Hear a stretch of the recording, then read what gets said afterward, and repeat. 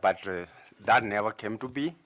So I joined the cooperative college, where I took a 2-year program with a certificate in cooperative administration, which I finished in 1980. Then I was posted to 𝐍𝐸𝐬𝐬𝐻𝐢 district as a cooperative assistant officer. I worked for the government for up to 1984, when I left and I joined 𝐍𝐚𝐢𝐫𝐨𝐻 hostel as house administrator. I worked there for 1 year. Then I joined the Christian Aid Association of Kenya as a finance officer. As a finance officer at the Christian Aid Association of Kenya, I got a USAID scholarship where I did my undergraduate at USIU.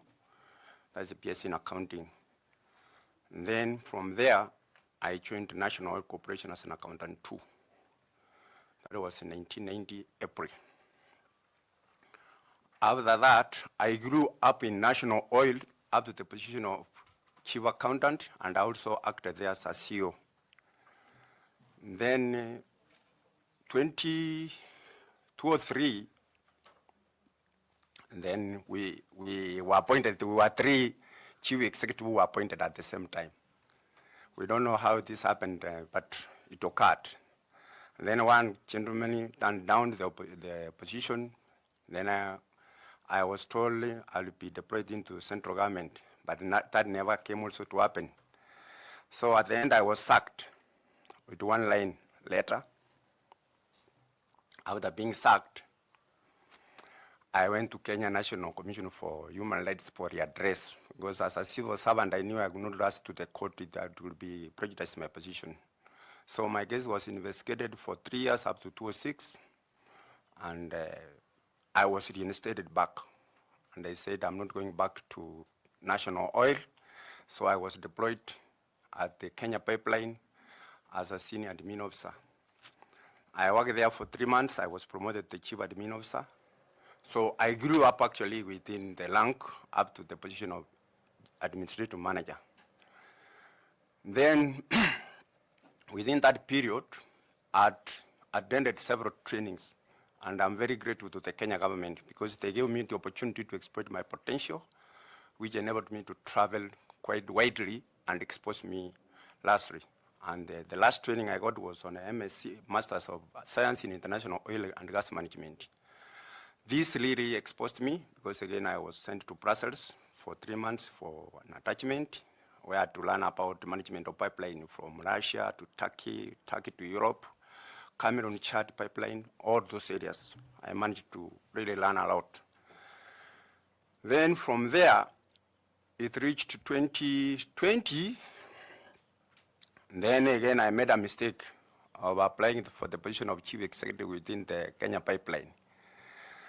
And that's the time probably members will remember where people were being sent home for COVID issues. So I was not lucky. I was told to go home because if you had some pre-existing condition and if you are above 50, you had to go home. You wait until further notice. So I went home. I didn't know that was my luck. Then my luck was again across the corner. I traveled to Kisumu one evening, reaching Kisumu. Then I found again Nairobi store knocking my door from nowhere. Then I was told to send my CV because they were hunting for a CEO.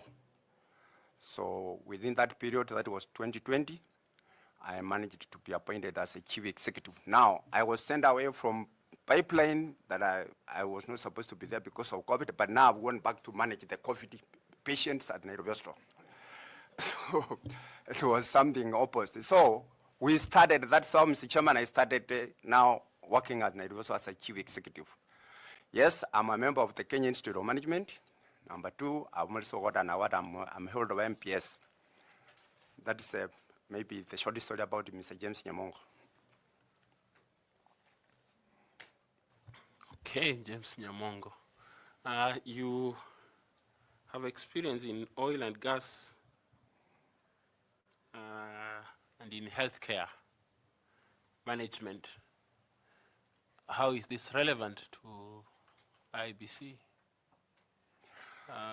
How does it make you suitable for this role you're asking for? Well, thank you, Mr. Chairman.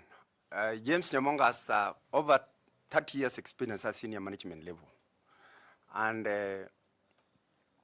if I could take back my experience for this, or suitability for this job, is that I'm an expert actually on governance and public management and public policy.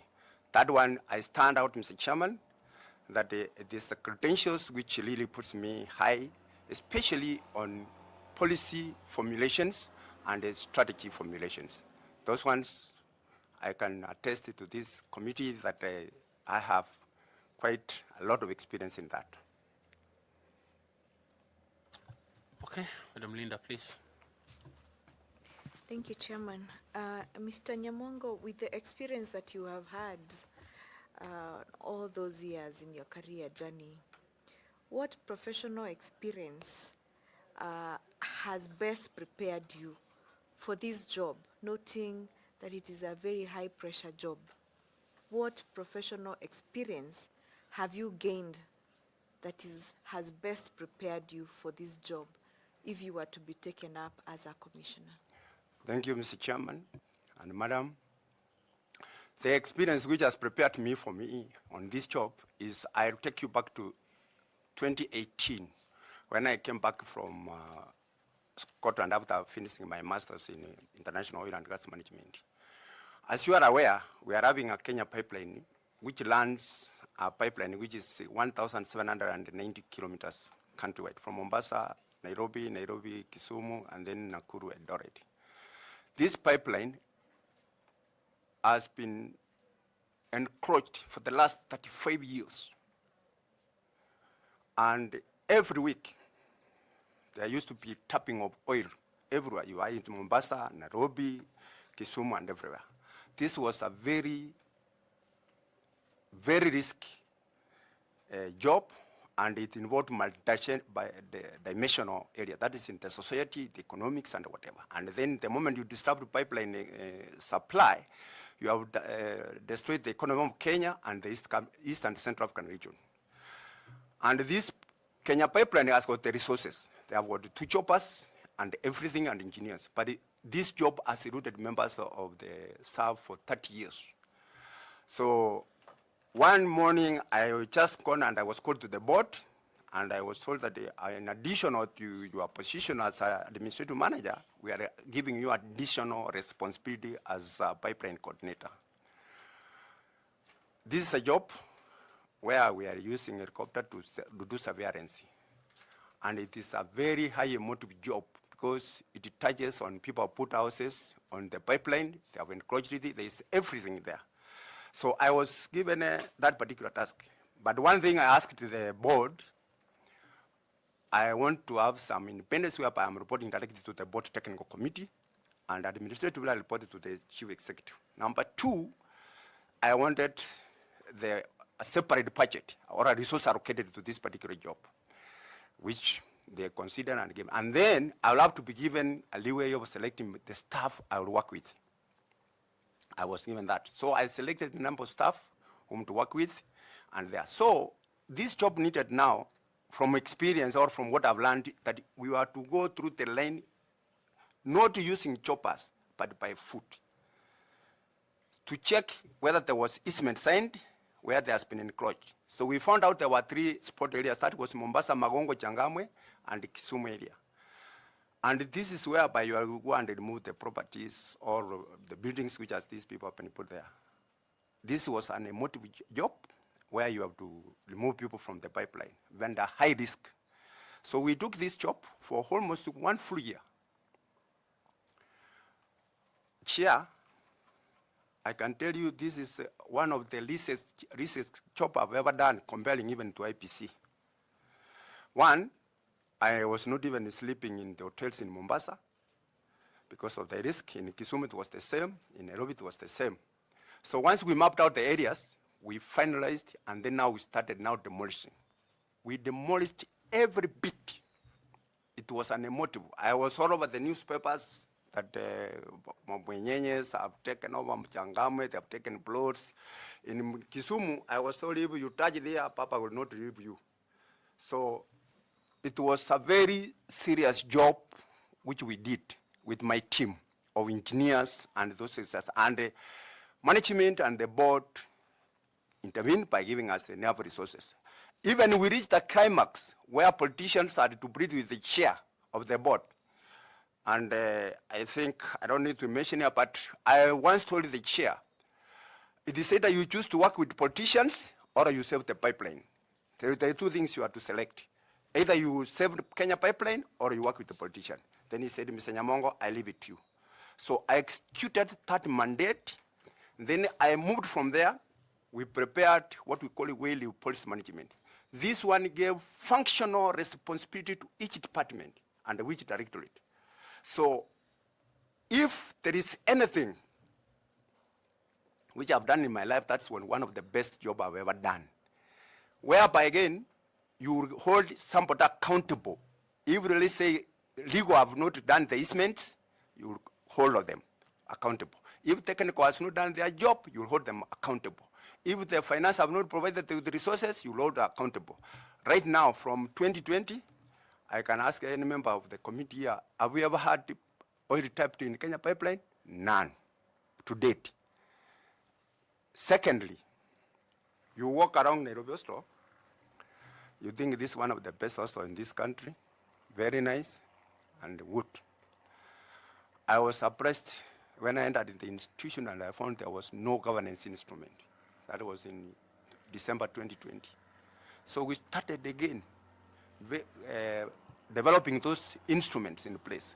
As now I sit here, we have human resource policy, we have financial policy, we have procurement policy, and order, and even risk and compliance. An institution which was started in 1954 does not have a risk and compliance policy, and it is an hostel. That was, I don't think that anybody could have imagined that could have happened. Since for the last 4 years, I've won 32 awards. And the latest, I'm supposed to travel to Stockholm to get that one for what you call ethical leadership. Last year, I got what you call equality leadership award. Thank you, madam. Wow. Thank you. Thank you very much, sir. Thank you, Chairman. Thank you. Now let's come home to the job you have asked for. Madam Caro, please, do you want to ask some questions? Yes, Chair. Very impressive, Mr. Nyamongo, I must say. Your academic journey has seen you in some of the world best universities. This is appreciated and well done. Back to the work, to the job, as the chair says. Article 6.1 of the Constitution defines the territory of Kenya. And it sets out that in the Constitution, the territory of Kenya is divided into 47 counties. The IBC has been given the mandate to undertake boundaries delimitation. To what extent, therefore, is the mandate of the IBC in the review of boundaries delimitation of a county? Come again.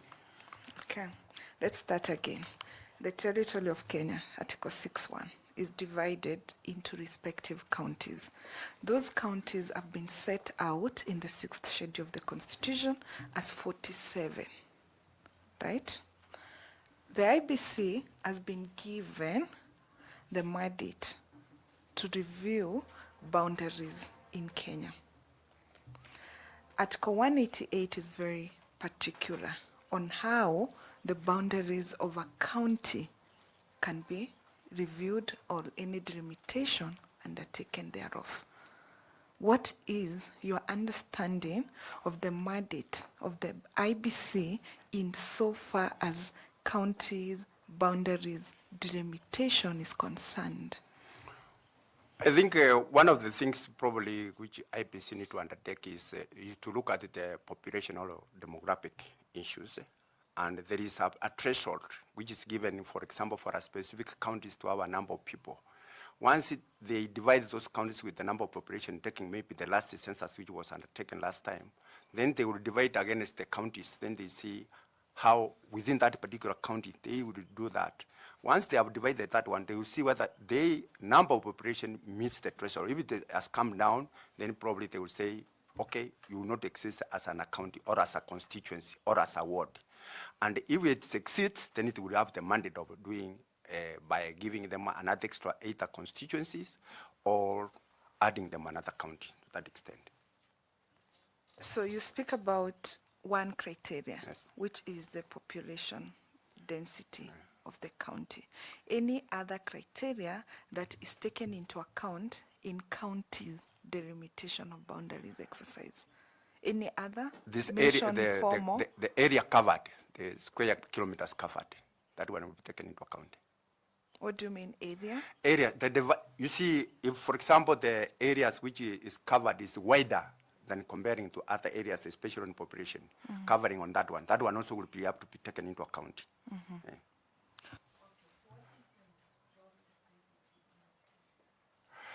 Well, one of the role of IPC is actually to ensure that they have done what we call the limitations of that by dividing this particular area either into wards or into counties. That's one of the areas which the IPC is supposed to take into account during their function. In addition, does Parliament have any role in boundaries delimitation of a county? Yes, definitely they have. And this one is once IPC have done their role, they will have to make it to propose it to Parliament. This is what is supposed to be the action which Parliament is supposed to pass as a law that we have now passed a law. We are going to have either 47 or 46 or 48, or we are going to have 290 constituencies or less than by that. That's the role of Parliament. The IPC role is to provide the information for Parliament to make informed decision. So in your view, is it the mandate of the IBC to undertake boundaries delimitation of a county? Is it the mandate of the IBC? Yes, this is the mandate of IPC.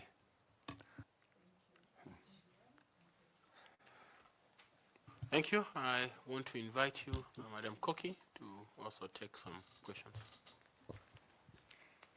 Thank you very much, Chair.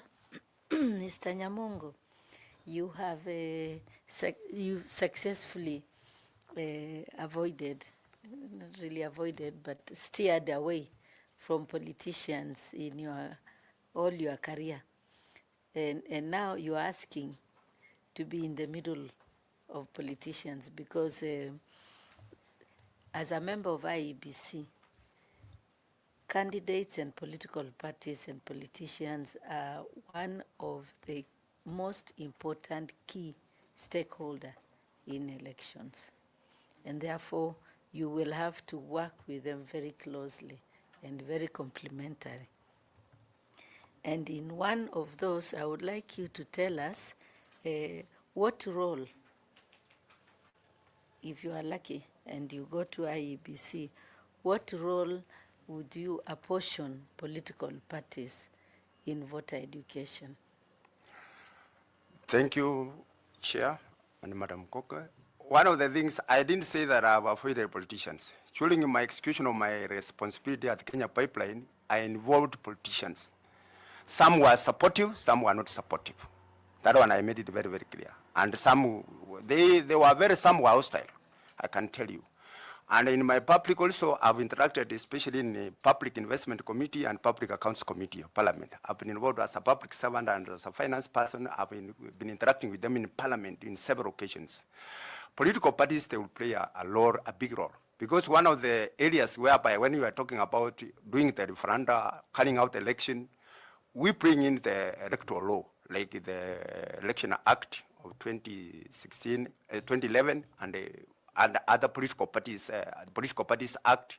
Then those are the actors which you are. So there is no way we are going to avoid this one, especially in IPC. You have to involve them, especially on voter education, and also carrying out when you are updating the role of voters in the register.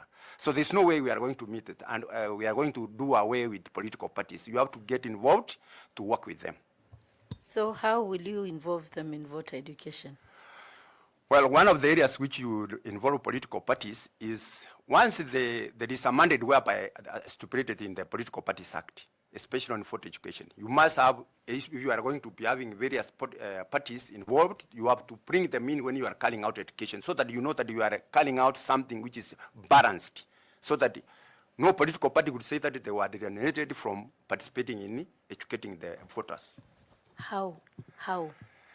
Well, in formulating the educational strategy, for the education strategy, you have to bring them in, because that's why they are existing. You have to bring them in so that they can give you the input. Thank you very much, Mr. Nyamongo, and I wish you luck. Thank you very much, Chair. Okay, thank you. I want to invite Mr. Tanui to ask you some questions. Thank you, And, Chair. Just to, as a point of information to the member, to the candidate, that he is live on TV. So as you respond to questions, you avoid names and things like those, so that then you don't get into bad spaces. Kindly, thank you, please. Thank you, Chair. Let me also tell the panel that we crossed paths with Mr. Nyamongo some 19 years ago. So at least I know him a bit. Now, Mr. Nyamongo, I think when you are telling us about your skills and your experience, you did mention about your latest engagement, which you are CEO for 4 years. And having read what has been there in the media, and you've told us you're a governance person, there is a lot of parallel that we can draw from your last engagement at Nairobi Hospital with IEBC.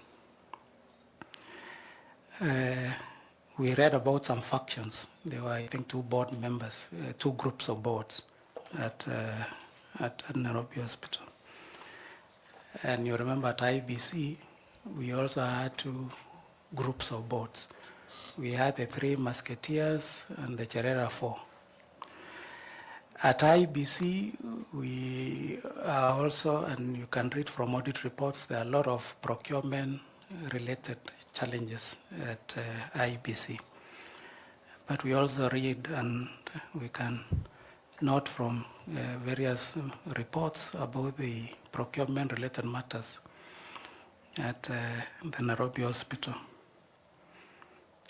So having gone through what you went through at Nairobi Hospital in those 2 areas of board management and procurement-related issue, how will that experience help you as you, assuming you get this job, you move to IEBC? How will you handle differently based on your experience at Nairobi Hospital? Thank you. Thank you, Mr. Chairman. I think if we talk about governance, one of the things which we have to take into account is board charter. And in this case here, we call it commission charter. And also various instruments, which is governing institutions. As I told you, when you work at the institution, you sometimes think probably everything is fine. But when you reach inside there, that's when you understand probably what is really inside there. And I could give you an example that the board charter clearly spells out what is the function of the chair, what are the function of the members of the board. And once you have put those ones in place, then you come to other governance instruments. Then we subject these instruments to various audits. Like now in the commission, we must be having, we know that the charter spells out what is the function of the chairman, what is the function of the other commission members. Once they have spelled out that one, then you know how are they working and how they relating to that. One of the cardinal principles in governance is to ensure that the governance instruments are followed to the letter.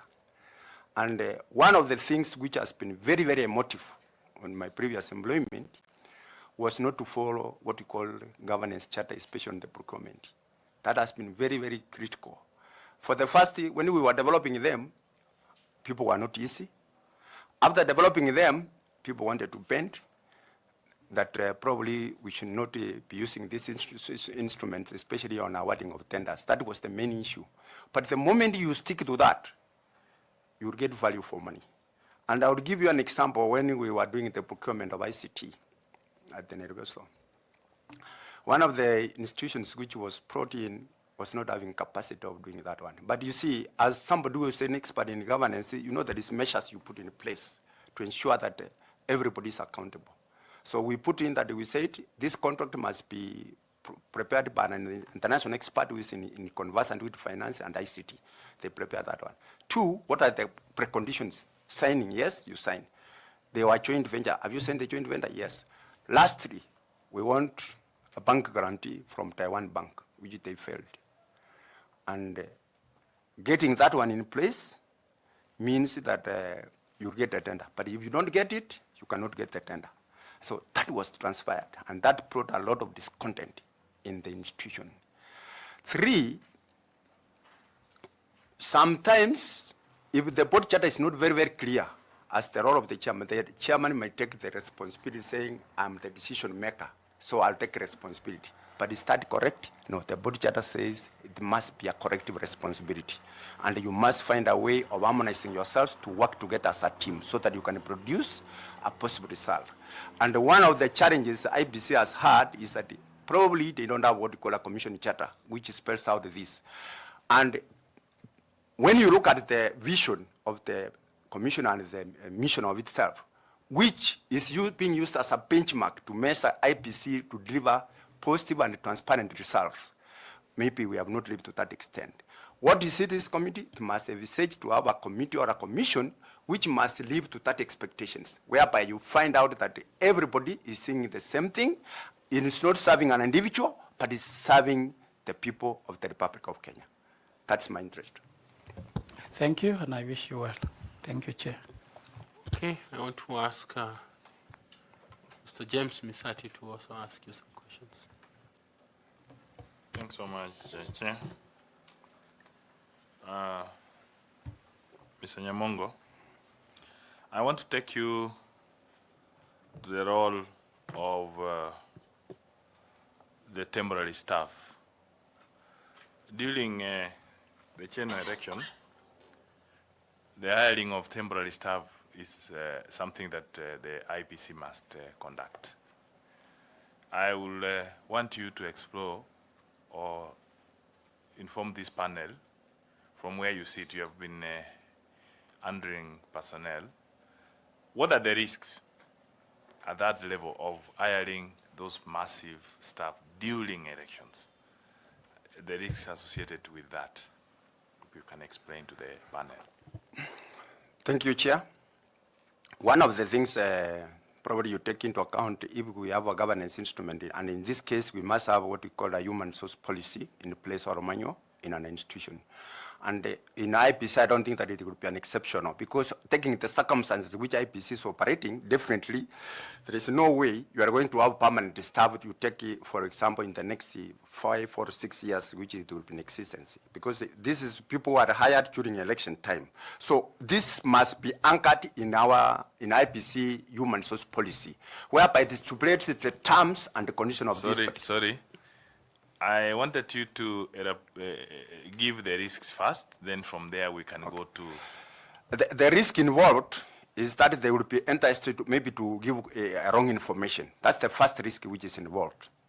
That would be the first thing, because they know they will only be there for temporary. So once they are tempted to not to take their job very seriously. That's the biggest risk.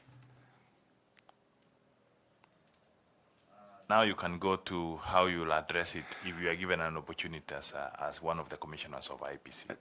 Now, one of the areas which we'll cover is to ensure that this particular staff, once they have been hired, they are compensated adequately for the short period which they will be at the commission, so that you can enable them to have that loyalty to the institution, telling them that this is the work we are going to do in this short time, and this is what we are going to compensate them for, would compensate you during the period which you will be with us. That's usually the normal way. And once it is anchored there, then somebody who is keen to work for the institution, he has to sign down that particular contract with you for that period is working with us. Thanks so much. And please, let the panel know your understanding of the head of secretariat in relation to the supervision of staff. Thank you. one of the key areas, again, when you look at the role of IPC, is we are having a commission which is permanently for 6 years, and we are having the chief executive who is there for another contract, maybe 3 years or 6 years. So one of the things I said earlier is we have this, the commission charter, which space, because the commission itself is the one which actually employs the chief executive or the commission secretary. So it spells out that particular responsibility. Number two, it spells out the performance targets of this commission secretary. Once you have come out that and spelled out that one on performance contract, then probably you have a working agreement with the commission members. Lastly, cite any one example that you think can, you have mentioned about the term of the commissioners, which is 6. Actually, the one of the secretary now is 5 years, the CEO. Give one example of something that you think can create a scenario of conflict. This one, I'll go straight away. It is on the procurement area. That is very sensitive, and I've seen it, I've experienced it. That's where the problem comes in. And the moment you are not putting those particular governance instruments in place, we'll have a lot of challenges, spelling out the boundaries of the chairman and of the chief executive. Thanks so much, Mr. Nyamongo, and I wish you all the best. Over to you, Chair. Thank you. I want to invite Ms. Fatuma Saman to ask some questions, please. Thank you, Chairman. Mr. Nyamongo, it is considered that, that it is very critical for public to be aware and conscious of the processes of the election. So if you become a member of the IEBC, how would you engage the media to ensure that the public is educated on electoral matters? One, I anticipate that within the commission we are having a communication policy. And Chairman, I'm very, very proud to tell you that this is one of the areas which I've participated for formulating communication policy. We must anchor this, then we know who is going to communicate at a particular point in time to the public. Number two, we will take a long-term view. Election is not an event, it is a process. And so once we know it's a process, then we shall have what we call continuous vote education, which we have to set it out in our policy. We say members of the public or the Kenyan people have to be informed of the happenings of the commission, what they are going to do and during the election, and this is what is going to be covered. So we have to have that covered under the communication policy and also in the training manual of IPC itself. Well, the preparation of communication policy and establishing a communication policy is important. At times, what commissioners, or rather even the IBC staff, would find it tricky is to interpret that policy and into practice. So I would rather hear what are the kind of activities or engagements or programs that you're going to put up to ensure that the media is engaged fully to keep the public informed. Apart from the policy is the start point. After the policy, then what? Because Kenyans, we are known to write very good policies. Yes, what actually happened, Chair, is that we don't live to what we write in our documents. Mm-hmm. That's the major issues. And we don't communicate to the public on what we do. So what we do is that we are hoping that the new IPC commissioners, they will disseminate this information by creating a forum whereby within the institution itself, whereby they are appointing various committees, which will be responsible to carry out civil education to the members and actualize what is in the policy itself. Yes, we can prepare policy, but you don't actualize it. So if they actualize it by disseminating, and I hope that we should be having county coordinators who are doing this one. And this is where the more resource, in fact, the areas where more resources is going to be put is on education of the Kenyan public about the election, so that they have confidence in the institution that the information which is disseminated to them is proper and they're going to utilize that one for the good of this country. Thank you, and I particularly liked you mentioning the continuous education. Thank you very much, and I wish you well. Back to you, Chair. Thank you. I invite Mr. Bore to ask questions, please. Bwana Nyamongo, I also join my colleagues in giving you accolades on what you have achieved so far, and the fact that at your age you still gone back to school and acquired a few more academic certificates. Now, when you are introducing yourself and mentioning something on your CV, you said you worked at the pipeline, National Oil Company, and you were sacked by one sentence. Do you remember what that sentence was saying? About The day you were relieved of your duties, you said you were relieved by one sentence. Later. yes, okay. One sentence was we were appointed to P3. I told you. Now, I don't know what transpired within the board because around April 2 or 3, I got a one-letter sentence that I've been dismissed from my duty. I've been relieved my duty. So I went back to the permanent secretary to seek clarification. What does that mean? So they told me they were going to deploy me into central government. Actually, they were very specific. I was going to be deployed to be the Deputy Inspector General of State Corporation. So I went back to the ministry, and I was told to see the head of public service. I went to that office 6 months. One of the staff there told me they had prepared my appointment letter, and I was supposed to be deployed to the Inspectorate of State Corporations.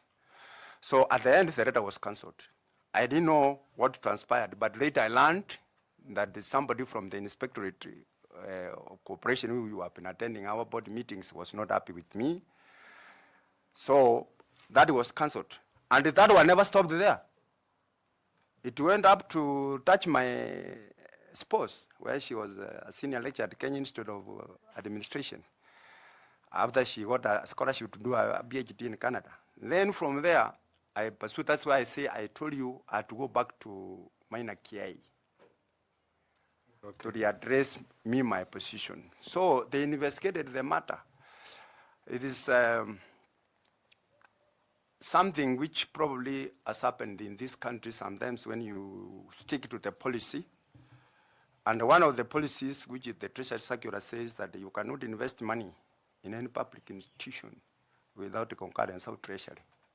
And so I'm just now bringing you the point where what came in. So what means is that there was some funding which was supposed to go to Eurobank, but I stopped it. Thank you. So does that happened how many years ago?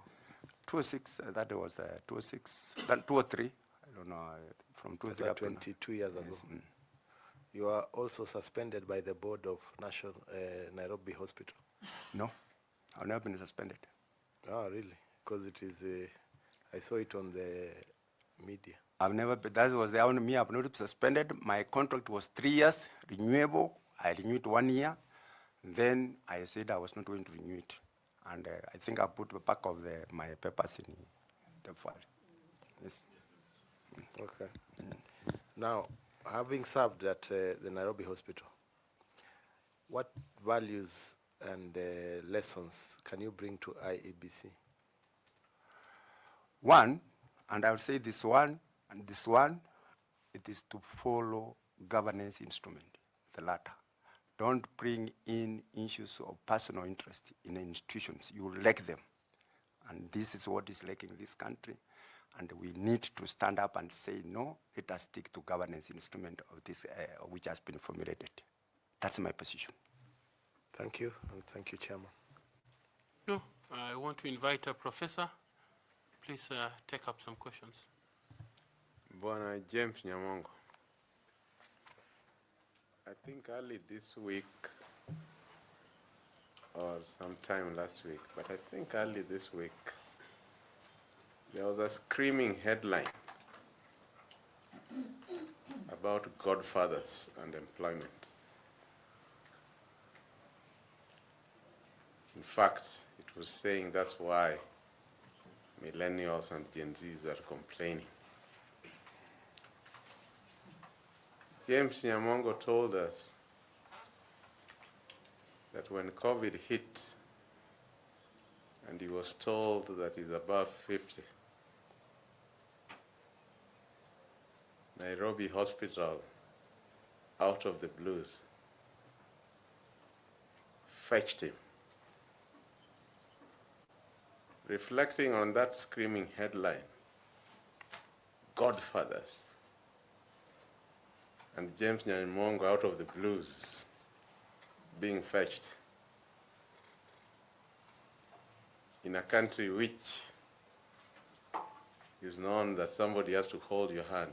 Tell us, what is this about 𝐍𝐚𝐢𝐫𝐨𝐻𝐢𝐤𝐚𝐢 that him, out of the blues, he was just sought? Thank you. You have asked a very valid question, and I also read about that, and I also reflected on myself. Let me tell this panel that what this headline was saying, it was correct. And I've experienced it. Personally, I didn't know that I'm very good in execution of strategy. I didn't know about it. And I didn't know that I can be implementing issues at a very risk place. But I found myself there. And I've worked with that fire for the last 4 years. 2, when you see a reversal, you think that everybody is in that particular place. By the time I joined there, we didn't have a title at that place. We didn't have anybody from Northeastern Kenya in that institution. But as I sit here now, I can count 10 doctors from Northeastern. I can count 10 nurses from Taita, which were not represented. Actually, there was only 3 tribes which was managing that institution in form of nurses and doctors. 2, we were not giving opportunity to our doctors. When I joined the university, we had 9 doctors, channel doctors. Right now, we are having 100 doctors because the consultant didn't want these people to learn the tool of the trade. Right now, they are learning about it. So the most important thing is that let us have a mix of experienced people and of that, and then not charge people from having godfathers to that experience. My job, I've done it for the last 35 years. I didn't have a godfather. Maybe in the person I would say one who saved me as a godfather was 𝐍𝐚𝐢𝐫𝐨𝐻𝐢𝐤𝐚𝐢, because by that time I was gone, but he saved me. He's my godfather. That one I can say that truly. The rest is history. And I can tell this chairman, the panel, that this country is so good, but us, we have been kind to the tribal cocoon, and also not giving agencies opportunity to exploit themselves. They are having their own other problems with them. But once they have been given opportunity, I think they are a very good case. You've just told us about your expertise in governance, and in an answer to my colleague, which my fellow panelists have agreed, is that you had a clean bill of health as a CEO, but there have been questions over the board that was oversighting you. As a governance expert and as a CEO, without going into specifics, what can you say about that relationship? Because you were told about the relationship between the commission and the secretariat, and you had the board in Nairobi and you as the CEO, the board having some issues. That experience, how would you use it to help IEBC that has had tension and even camaraderie between the commission and the secretariat? One of the key areas which we need as a country is to adhere to our laws. That's the first thing. First, we have to have that evidence to the Constitution. We start from there. Once we respect the provision of whether they are bad provisions or not, but once we respect them, then we are coming out of the wounds. Number 2, as an institution, once you have put those governance instruments, let me give you an example. Once you say In the procurement, you have spelled out the policies or the rules which you want. And I will tell you, there is separation of responsibility. Management have got their responsibility. And that's why we say the commission secretary has got this responsibility with this senior staff. The commission itself up there have got overseeing what is these people are doing. Give them support. Once you have given the secretary the support, I don't think that. But the moment you interfere with the functional responsibility of the management, then we lose. So one of the things I've learned, and I could tell you at one moment when we were passing one of the procurement, whereby you find the board is bypassing the management, because in the procurement there is the responsibility of the management. Then you find the board is interfering them. One of the things I asked that, can you pass a resolution to effect it so that we know at one particular point who made a mistake? Then they pass that resolution. Once they have passed that resolution, they are made, as a CEO, you are exonerated from what is happening there. Thank you very much. My last question. The IEBC must make decisions that are fair and lawful. Can you give an example of when you, James Nyamongo, had to make a professional decision that was unpopular but necessary in your long career? One, there are two occasions. One, I was at the Kenya pipeline when we were carrying out the demolition in Kisumu. We have to balance between the risk and the people you are working with. These people had put a kiosk about 1 kilometer, and they were supposed to be moved from there. And one of the things which we had to consider was, were they endangering these institutions so that it cannot deliver oil into Western Kenya? Yes. Were we going to render their livelihood completely done? Yes. But what was the biggest risk? Do you keep these people there, or you don't keep these people there? I said no to keep these people there, because they were going to be risky to the institution. The same thing in Mombasa. So I had to ensure that, yes, these people have put permanent buildings here. How do we get rid of here? Because if you look in Mombasa where they had put up houses, they are overlooking the tankage. The tankage, you know, you can have Al-Shabaab or other people who are having body motive throwing the bomb into the tanks. And that one will have wrecked the economy of this. So we had to choose, how do we remove these people from here? We found out these people have settled in the government land. In Kisumu, it was the pipeline land. So how do we remove them? So we had to create a situation, how do we get out of this one? It was just like a movie. So we had to go back to the drawing board and then see how do we get these people. So it is a very risky decision I made. One, I came to the head office and asked my boss to give me an interest of 500,000. I went and I bought a vehicle of 250. Then I bought a jerrycan. Then I hired a driver. It was a very risk. Up to now, when I remember, it's very risky. So we filled the jerrycan with oil. We brought in a fire tender. We brought in the excavator because we wanted to get rid of these people in 1 kilometer. So we had to do something like a mockery so that we get this little very early in the morning at around between 5 and 6 o'clock in the morning.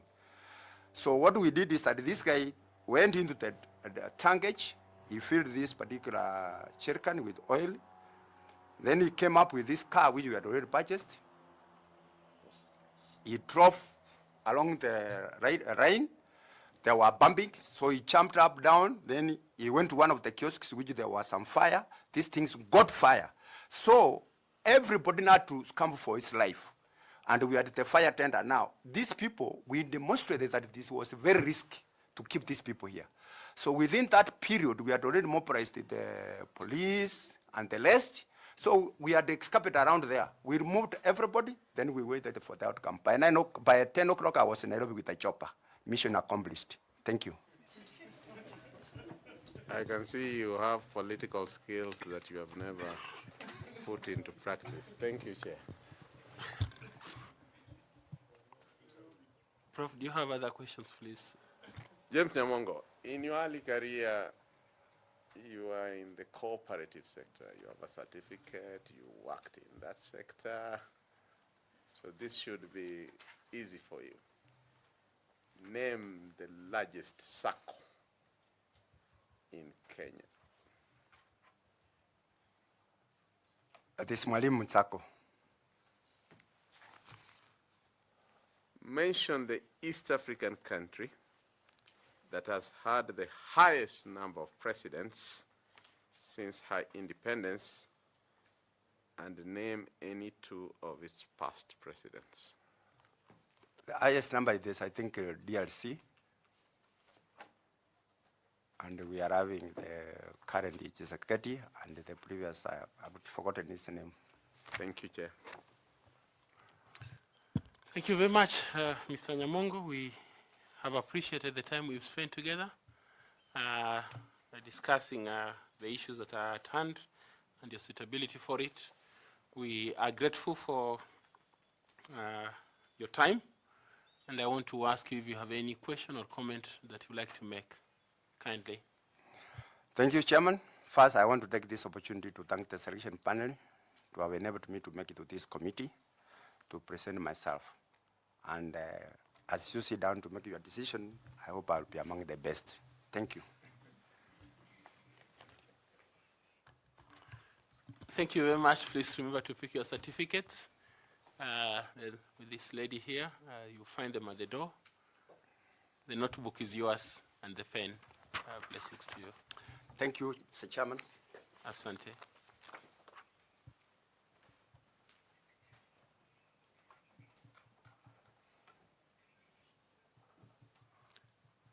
Members, do you want to pick another one, or we take a break? Okay, thank you.